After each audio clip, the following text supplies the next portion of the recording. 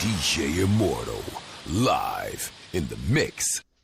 Alright, Outlaw Radio Live fans, we are live on the air with Colorado's own up-and-coming rising star, Whyte-Out. How you doing this evening? Great. How are you, Mr. Immortal?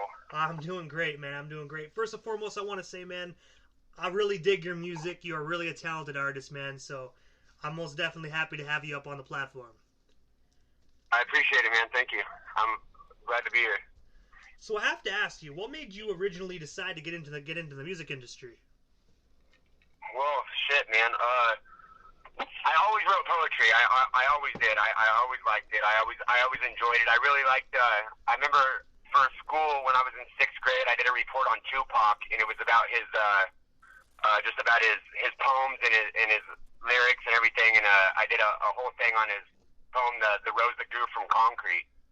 And I had always done poetry, and then some friends of mine had gotten a studio, and we would always just fuck around. Oh, can I? Sorry, I don't know if I can cuss or whatever. Man. Uncensored radio, have at it, man. Swear as much as you like. All right. Well, they ended up getting a studio. We would always freestyle at parties and shit, just mess around, pretend that we were cool and stuff like that. And then my friend ended up needing money. And was selling his studio, and he told me he would sell it to me for like $400, and I was just like, shit, okay. So I just bought it, and then here I am. That's what's up, man. Not every day you get to buy a studio for $400, man. So that's actually pretty awesome. Yeah, it was just a computer, a mic, and an interface. This is in 2006, 2007. Hey man, it's still a good price. I just fucked around for a while. Like I didn't do it. I just did it to have fun, just to have fun. You know what I mean? And then slowly over time, it turned into, as I developed as an artist, it became more of an outlet for me, more taking it seriously. And the one thing I do want to ask you, man, I also see a lot of these comments on your post, people saying "fuck Whyte-Out." I have to ask you, man, was that originally someone disrespecting you and then you embraced it?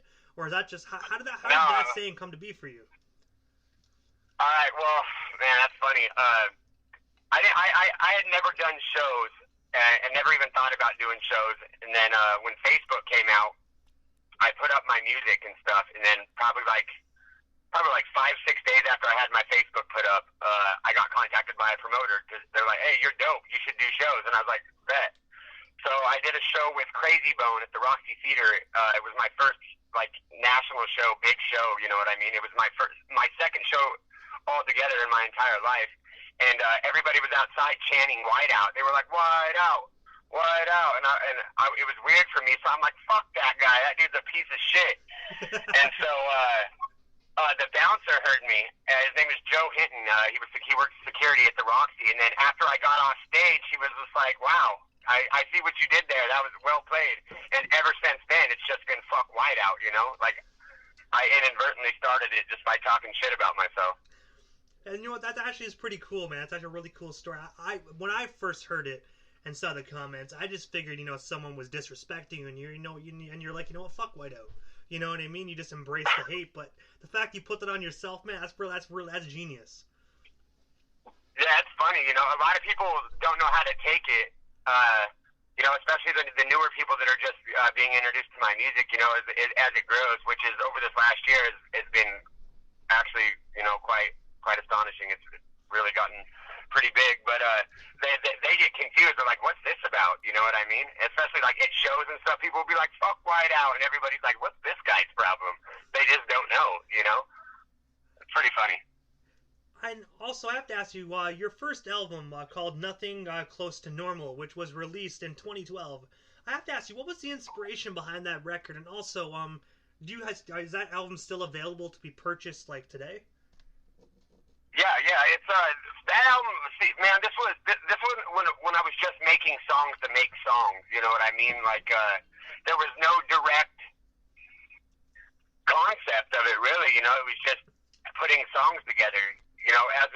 As we have gotten further, within my second CD, that was the same thing. It was just songs on a CD, just songs that I made. And then when I went to Conversations with a Broken Heart, that was an entire concept that that I I had made a CD, made an outline for a CD, what I wanted in it, and what I was going to do with it, and that's the same thing I'm doing now with Memories and Monsters. And yes, all my albums are available. Hard copies are on Spotify, YouTube Music, Amazon, Apple Music, iTunes. They're everywhere. And I also saw a video on your Facebook of you performing, with Brother Lin Cheung back in 2014. I have to ask you, what was that experience like, and how did you get connected with Brother Lin Cheung?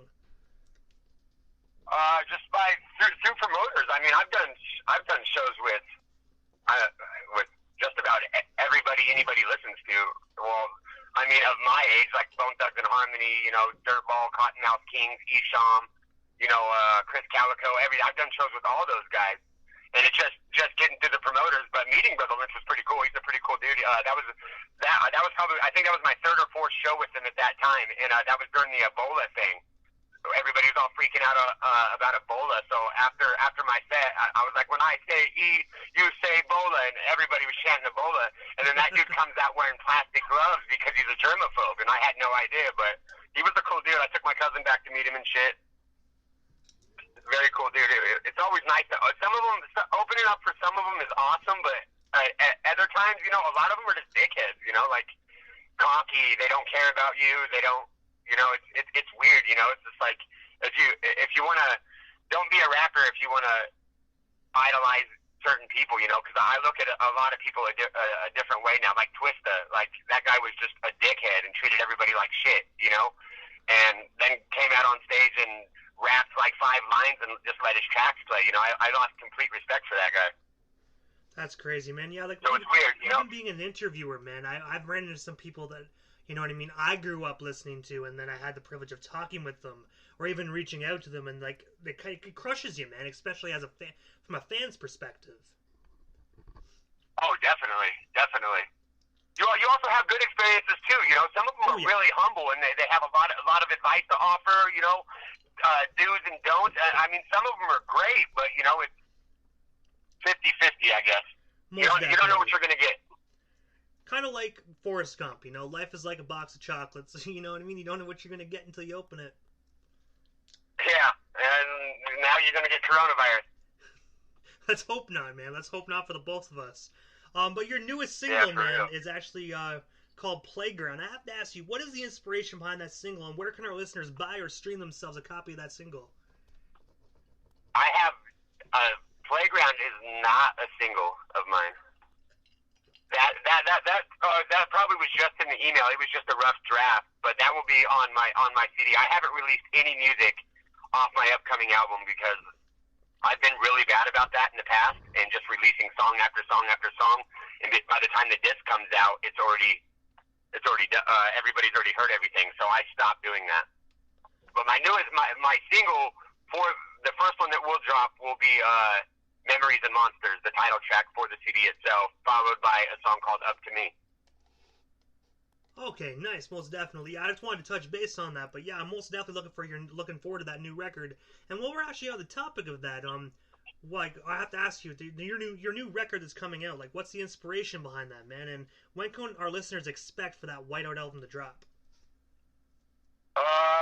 As far as the release date, it's probably going to be June or July. I'm not trying to rush myself. I think I have 8 songs done. 8 songs. I'm going to try to do 14. Where I'm actually at work right now in my car working on a song.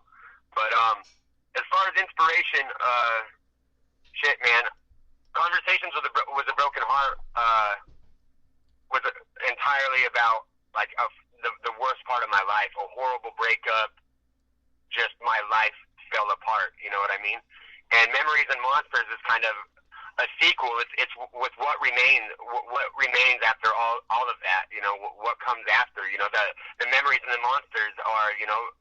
The memories are monsters. It's the things that I'm stuck with my head. Like I go to therapy and stuff. I have depression, anxiety, PTSD, and those are the monsters. Those are the things that hinder me and bother me. Like it's basically the after effects of Conversations of the Broken Heart. This is what I'm left with, what I am now. My battles and the memories and the monsters that I deal with.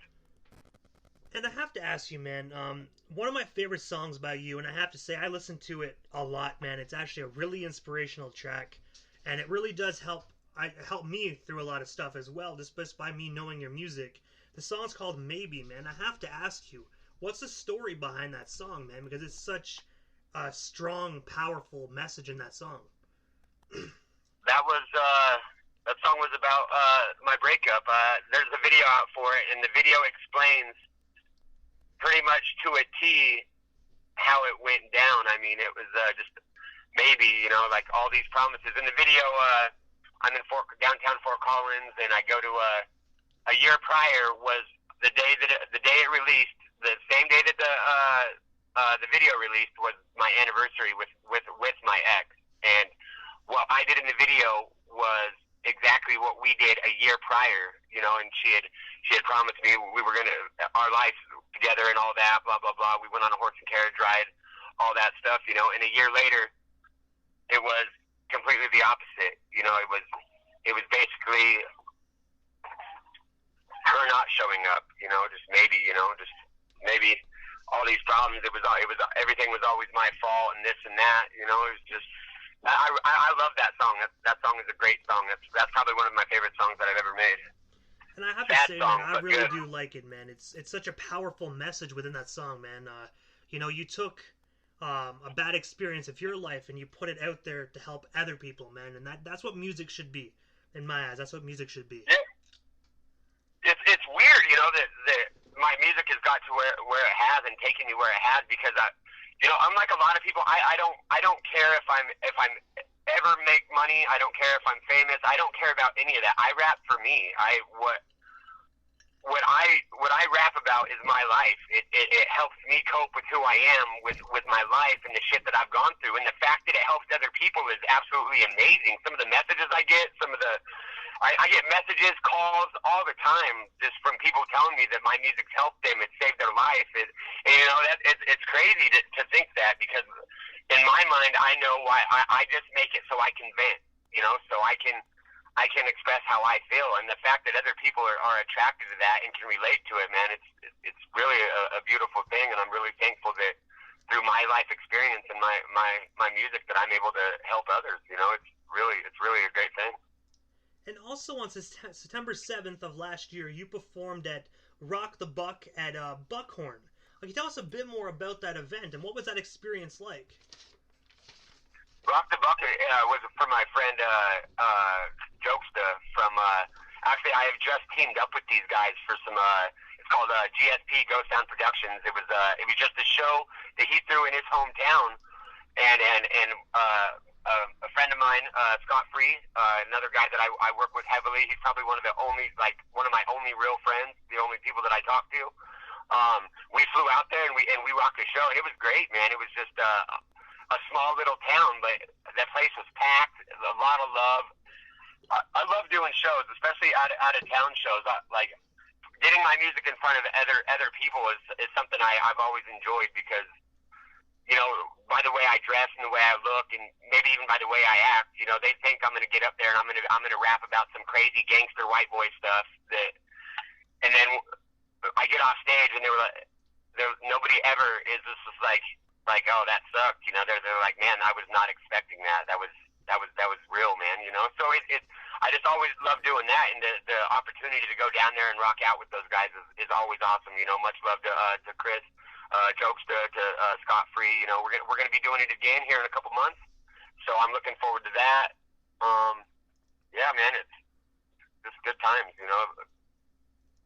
And when you brought up actually the small little towns, man, some of them small little towns, man, they really do love their certain genres of music, man. So you probably had the whole town actually in that ballroom that night, man. Yeah, it was cool, man. It was definitely something else, to go to this town that I had never been to before, and just pour my heart out on stage. You know what I mean? Just to have fun, and it's cool. It's a good experience. I love doing shows. There's nothing like being on stage in front of people like that. Everybody's just focused on you and what you have to say. It's really a great experience all around. And I also saw on your Facebook page that you have different Whyte-Out merchandise available. I have to ask you, what type of merch do you have available, and where can our listeners buy some merch? And I have shirts, charms, beanies, CDs. I have all that, and I did have a website up, but it got corrupted, and I lost all my information, all my everything, and it was pretty frustrating. So I'm actually in the process, and hopefully it's out. My new website, IamWhyteOut.com, is up on the 28th. Fingers crossed. It's just a long process, you know, and it's really hard to do everything myself, you know, like I rap myself. Of course I write it, you know, I buy my beats, but I pay for all my merch. Everything is me, you know what I mean? And I work 90 hours a week. I'm a full-time dad to 3 kids. I don't have a lot of extra time, so I do what I can when I can, and it really sucks, you know, not being a part of a team in that aspect. But hopefully it's up on the 28th, and that's where I can share the link with you, of course, on Facebook. It'll be all over, I'm sure, when it comes out again. And you know what, man, when you said you work 90 hours a week and all that, man, that's what you call a real man, dude. You know what I mean? A lot of these up-and-coming rappers, they don't even think about family first. They put their music first, man. So, you know what, I have massive respect for that, man, that you actually put the other people first, man. That's what's up. Dude, my kids are my lifeline. You know, if I didn't have my kids, I couldn't tell you where I would be. You know, there's a pretty good chance that I probably wouldn't be alive. You know, it's weird to think about. You know, when you look at your kids and how they look up to you, and they need you. You know what I mean? But at the same time, I look down at them, and I need them more than they'll ever know. You know, that they are why I work 90 hours a week. They are why I do everything I do. They are why I'm sober. I quit drinking. I'm just about at a year 100% sober. That's what's up, man. Congratulations, man. That shit's hard, but you're doing it, man. Congrats, man. Hey, thank you. For me, this alcohol was that's how I dealt with my problems. Instead of dealing with my problems, I would just drink, and you know that never landed me in a good situation. Shit, I'm coming up on being on probation for 8 years.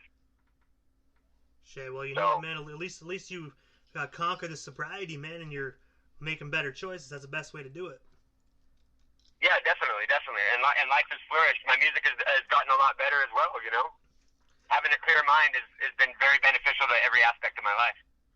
And also on February 2nd, man, you performed at the Roxy Theater with Struggle Jennings. I have to ask you, man, how did you and Struggle initially get connected? What's the story behind that meeting? For Struggle, I was contacted from the promotion at the Roxy Theater itself, and then through the promotion of Angels and Outlaws. And, you know, just to be able to... I've always liked Struggle Jennings because I relate to his music. It's not. It's more of my genre. You know what I mean? Oh yeah. It's just I don't know, but that show was awesome. There was only 3 openers. My boy B-Rec was up there that I just met at that show, and I've talked to him, you know, every other day since. Great dude, you know. He's just starting out in music and stuff. So you know, shout out to him and his musical journey. You know, but that show was great. It was the first time I had been back to the Roxy in a while, and it was like I said, unless you've been on a stage, you'll never know what that feeling's like. That is something else. To get all that love from just being you and singing and stuff is just, man, that's great. And he was a very cool dude. You know, I talked to him for a minute. Very, very humble, nice, respectful, and honest. You know, it was a good experience all around. And I have to ask you, man, so what's next for Whyte-Out? Is there any concerts, any other albums, anything else you want to promote while we still have you on the air? Well, as of right now, like I said, Memories and Monsters, my new CD coming out, will be in June, July. There will be a CD release, as there was last year for Conversations with a Broken Heart, which was a great show, packed place, great times, good times. We'll be doing that again, and I'm kind of just hanging out. Like, I want to do shows more, but at the same time, I have to finish my CD. I have to do this. I have to, you know, I have to work. I have to take care of my kids. You know, it's 100% me. So I want to do shows, but I'm trying not to oversaturate this scene out here with myself. But as soon as my CD is done and summer's here, and I'm about to be off probation, I'm going to do everything I can. I'm hoping for a tour. I know that I will be in Oklahoma this summer. I will be in Michigan this summer and Wisconsin, all doing shows this summer. I'm hoping to do more, but like I said earlier, I've been working pretty much exclusively, other than my solo work. I'm working with GSP, that's Ghost Sound Productions, with my boy Jokesta and Scott Free. And what we will be doing is a group project. I'll wait for that to be released by them. You know, I don't want to spoil the beans and stuff, but you know, and that's a step outside of the music that I make personally. You know, so it's going to be, you're going to get a complete different side of me that most people don't know, or don't see or hear, especially. You know, everybody. I get a lot of the when you're going to make a hard song. You know, all you do is talk about your feelings. It's like, oh well. You're going to get it, but you're probably not going to like it. Well, you know what, man? It sounds bad to say it's 2020. A lot of people are sensitive over everything. They don't know what they want. When they get what they want, they don't like it. Just do you, man. That's what I would say. Do whatever Whyte-Out feels right, man. That's what I look at it as. Yes, sir, and that's what I'm doing. And I also want to ask this, man. So you sent me a song, Memories and Monsters, that I'm assuming that is off your unreleased record. I have to ask you, man, what can our listeners expect when they hear this? Because I'm going to be playing this directly after the interview for the live audience. That is pretty much, this song is pretty much an explanation of the entire CD and in its entirety, and where I'm at in my life, what goes on in my head, where I don't even really have to explain it, because when you listen to it, as people hear it, they'll be like, oh yeah. I mean, it's pretty self-explanatory. You know what I mean? It's me. It's 100% me. And so this is but it's fun though, you know. Sorry, Whyte-Out. Yeah, sorry about that, man. Sorry, go ahead. It's just it's a different approach to everyday problems that people like myself that struggle with mental illness and you know, depression, anxiety, and stuff like that. You know, it's a different approach to it, but it's still really real. I just didn't want to put out another CD of straight sad ass songs. So this is the time in the interview, Whyte-Out, that I give a chance for the individual that comes on the show. Just a chance to give shout-outs to whomever they want to give shout-outs to, and also your social media handles. That way our listeners can follow you if they're not already doing so. All right. Well, on Facebook, you're going to find me under Whyte-Out. That's WHYTE-OUT. And that's the same for Apple Music, Amazon, all that. On Snapchat, it's just Whyte-Out as well, with the WHYTE-OUT. On Instagram, it's I am Whyte-Out. IAMWHYTEOUT, no hyphen.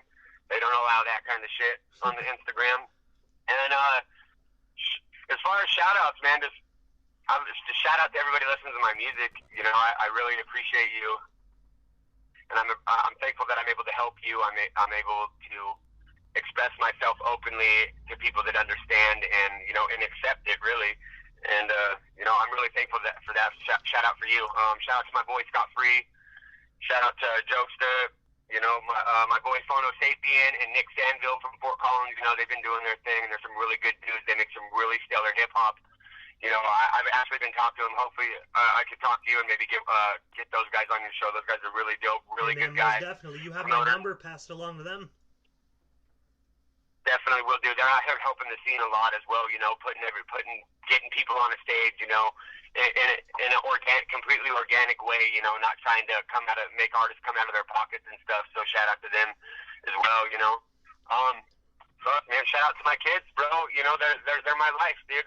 They're everything to me. That's my reason for being is them. So, you know, they deserve all the love and all the happiness in the world, you know, and I'm very thankful to have them in my life and to be able to, you know, do what I can for them and see their little smile. I want to say, Whyte-Out, thank you so much for coming up on Outlaw Radio Live, man. It was an absolute honor and a privilege for you to take the time out of your busy schedule to come on the show, man. Thank you so much, and most definitely have yourself a wonderful weekend. I appreciate it, man. Thank you for having me very much. I'm thankful. Hey, man, you're most certainly welcome, brother.